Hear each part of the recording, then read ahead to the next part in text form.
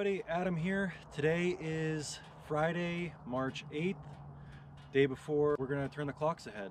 That's the first day it's been above freezing in what feels like forever. So, you know, we're gonna get a little bit more sunshine in the evening time and it's gonna start to warm up a little bit. So it's starting to feel like spring a little bit. Today's video is gonna be a quick one. I had one of my buddies actually is in the market for a chainsaw and he was asking me about the two different ones that I have. And I have, this is the first saw I ever bought. This is a Craftsman Pro Series 42cc 18-inch bar.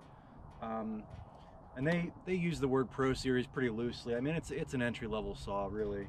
And then just last year I upgraded to the Husqvarna 455 Rancher 55cc with a 20-inch bar.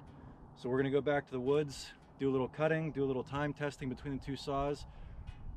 There is no comparison between these two saws, okay? These are two completely different saws. I just wanted to do this video just to show people who might be shopping for their first saw or maybe to upgrade a saw or something, the difference between the two saws, because they're not the same. I mean, this one is almost a third bigger than this one here. Here's an up close and personal view of both saws. One thing that I thought was important to note was this Craftsman saw. If I get close on this manufacturing label here, it actually says Craftsman Husqvarna Sweden on there. And I think that's important to note because, you know, even though it is a Craftsman saw, it's made by Husqvarna. So this is essentially the same thing as a Husqvarna 42cc saw. And you can almost kind of tell by the way their exhausts are. I mean, it looks like a little baby version of the Husqvarna, and that's exactly what it is. So I'm out here combing the woods for a sizable piece of wood to put a good test for these saws. And I spotted this one and I thought, yeah, you know what? That one looks a little too dangerous for me today. We'll let Mother Nature bring this one down on her own and we'll cut it up some other time. All right, so I found a pretty decent log here. I think this will be good for the test.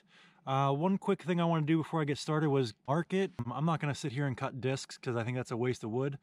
But I am going to go ahead and do the test while at the same time cutting firewood. So I wanted to show you guys how I mark my firewood. You know, I don't have any real exact way to measure, but what I do gets me relatively close enough to make sure everything fits in my wood stove and I'm not cutting things too short. Basically what I do is I take my chainsaw and I put it all the way up, and I know this is an 18-inch bar. And I know that I like to cut my firewood just a little bit shy of 18 inches. So once I start the saw, I'll get the chain spinning, and then I'll just cut the end into the wood, and that makes a little mark, and I know that's where I want to cut. So this is what I'll do here.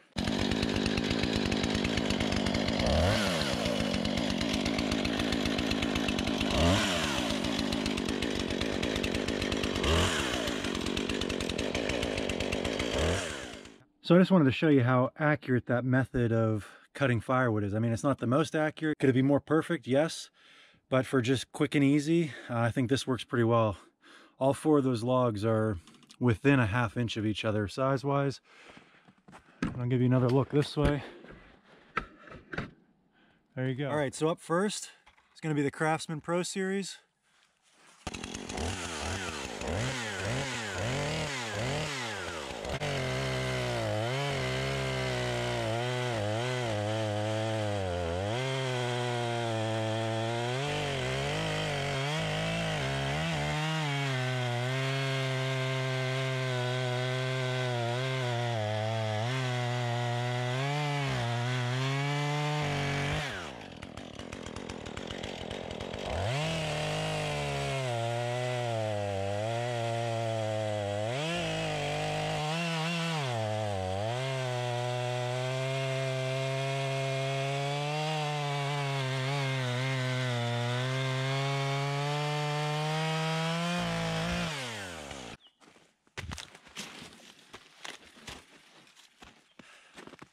Okay, up next we're going to do the Husqvarna 455.